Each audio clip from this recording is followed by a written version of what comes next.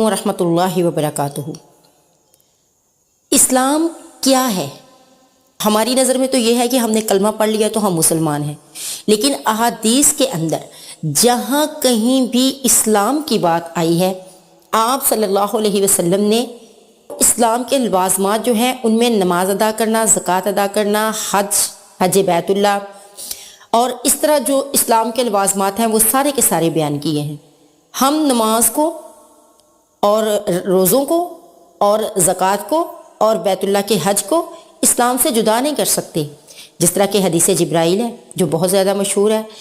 انہوں نے بھی آ کے نبی صلی اللہ علیہ وسلم سے یہی سوال کیا تھا، اخبرنی عن الاسلام، مجھے اسلام کے بارے میں خبر دیجیے۔ قالا، تو آپ نے کیا فرمایا؟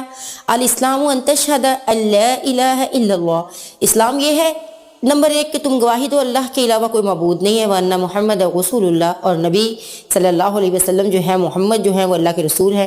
وَتُقِیمُ الصَّلَاۃَ، اسلام کے ساتھ ہی، کلمے کے ساتھ ہی آپ نے کیا فرمایا کہ نماز قائم کرو۔ وَتُؤْتِیَ الزَّکَاۃَ، پھر آپ نے فرمایا زکوٰۃ ادا کرو۔ وَتَصُومَ رمضان، پھر آپ نے فرمایا رمضان کے روزے رکھو۔ وَتُحَجَّ الْبَیْتَ، اور بیت اللہ کا جو ہے وہ حج کرو۔ لیکن بیت اللہ کا حج کب کرنا ہے؟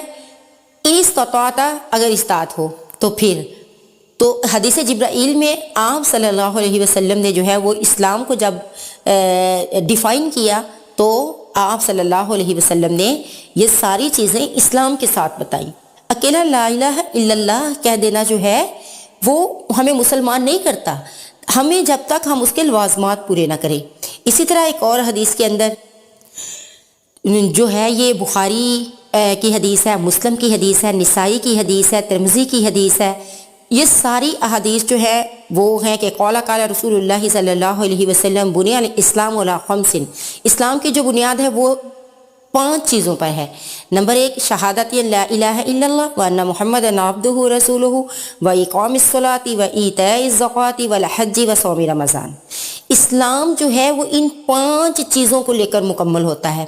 آگے میں آپ کو بتاؤں گی کہ در حقیقت جب ہم تھوڑا سا آگے چلتے ہیں تو ہم 2 چیزوں کے اوپر ہی اگر عمل کر لینا تو ہم پوری طرح انشاءاللہ مسلمان جو ہیں وہ ہو جائیں گے اور انشاءاللہ اللہ کی جنت کے حقدار بھی ہو جائیں گے۔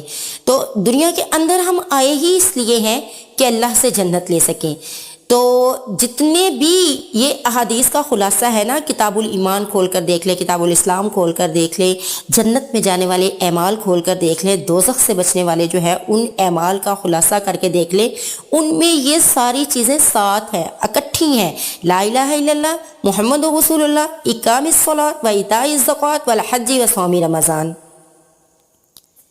اسی طرح بخاری، مسلم، ابو داؤد، ترمذی، نسائی، ابن ماجہ، دارمی، ان سب کی حدیث جو ہے وہ یہ ہے کہ ابن عمر رضی اللہ عنہ قال قال رسول اللہ صلی اللہ علیہ وسلم امرت ان اقاتل الناس حتی یشہدوا، نبی صلی اللہ علیہ وسلم نے فرمایا مجھے یہ حکم دیا گیا ہے کہ میں لوگوں سے لڑائی کروں حتیٰ کہ وہ اس چیز کی گواہی دینے لگے۔ نمبر 1 یشہدوا ان لا الہ الا اللہ وان محمد رسول اللہ، پھر وَيُقِيمُ الصَّلَاةَ، نماز قائم کرنے لگے، وَيُؤْتُوا الزَّكَاةَ، اور زکوٰۃ ادا کرنے لگے۔ کلمے کے ساتھ ہی آپ صلی اللہ علیہ وسلم کو جو حکم دیا گیا وہ یہ ہے کہ وہ نماز قائم کرنے لگے اور زکوٰۃ ادا کرنے لگے۔ فَإِذَا فَعَلُوا ذَلِكَ، جب وہ یہ کام کرنے لگے، عَصَمُوا مِنِّي دِمَاءَهُمْ، پھر وہ کافر سے مسلمان ہو گئے۔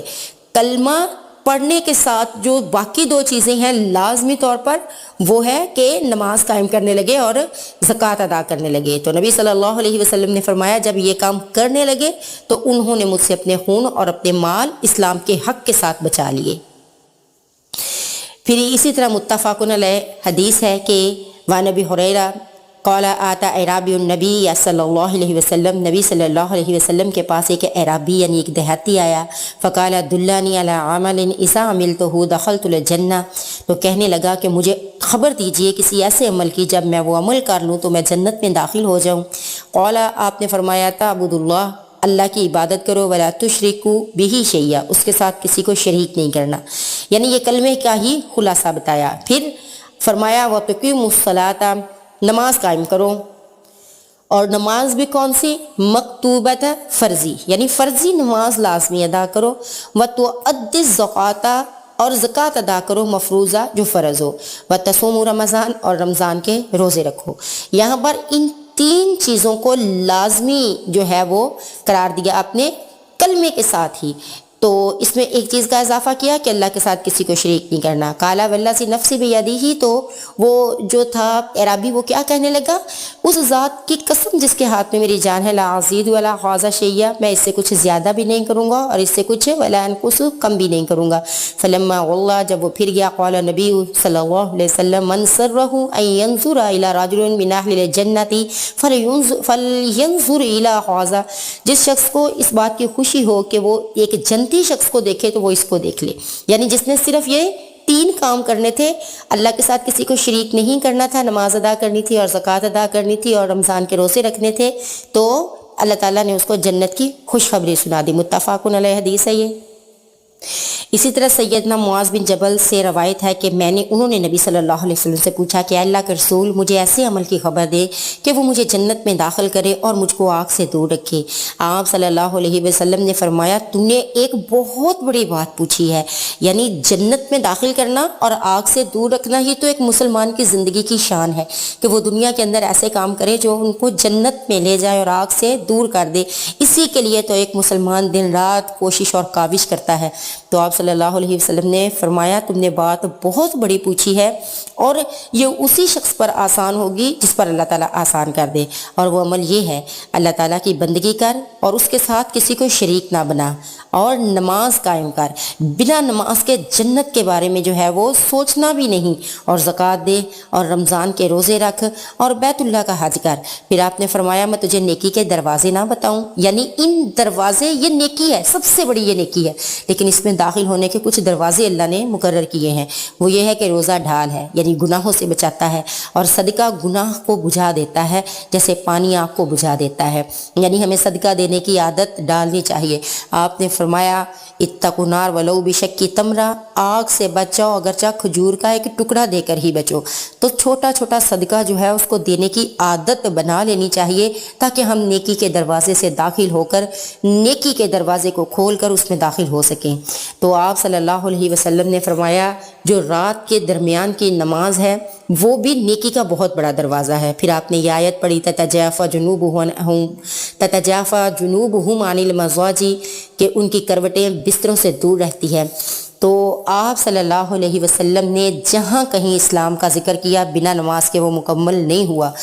تو یہ جو ہے یہ جو فرض صدقہ ہے یا فرض زکوٰۃ ہے، صدقہ تو فرض نہیں ہے، صدقہ تو ہم نے جو ہے وہ نفلی ہی دینا ہے، تو جو فرض زکوٰۃ ہے وہ جب ہمارے پاس اتنا مال ہوگا کہ ہم حد زکوٰۃ کو پہنچے تبھی تو ہم وہ دے سکیں گے۔ اب کچھ لوگوں کے لیے جو حد زکوٰۃ کو نہیں پہنچتے ان کے لیے جنت میں داخل ہونا کتنا آسان کر دیا میرے اللہ نے کہ 5 وقت کی نماز پڑھ لیں اور رمضان کے روزے رکھ لیں تو وہ جنت میں داخل ہو جائیں گے۔ اتنا آسان کام، اور پھر بھی ہم اللہ سے جنت نہ لے سکیں تو پھر ہم سے بڑھ کر تو بد قسمت کوئی نہیں۔ اللہ سے دعا ہے کہ اللہ ہمیں وہ کام کرنے کی توفیق عطا فرمائے جو ہمیں جنتی بنا دے۔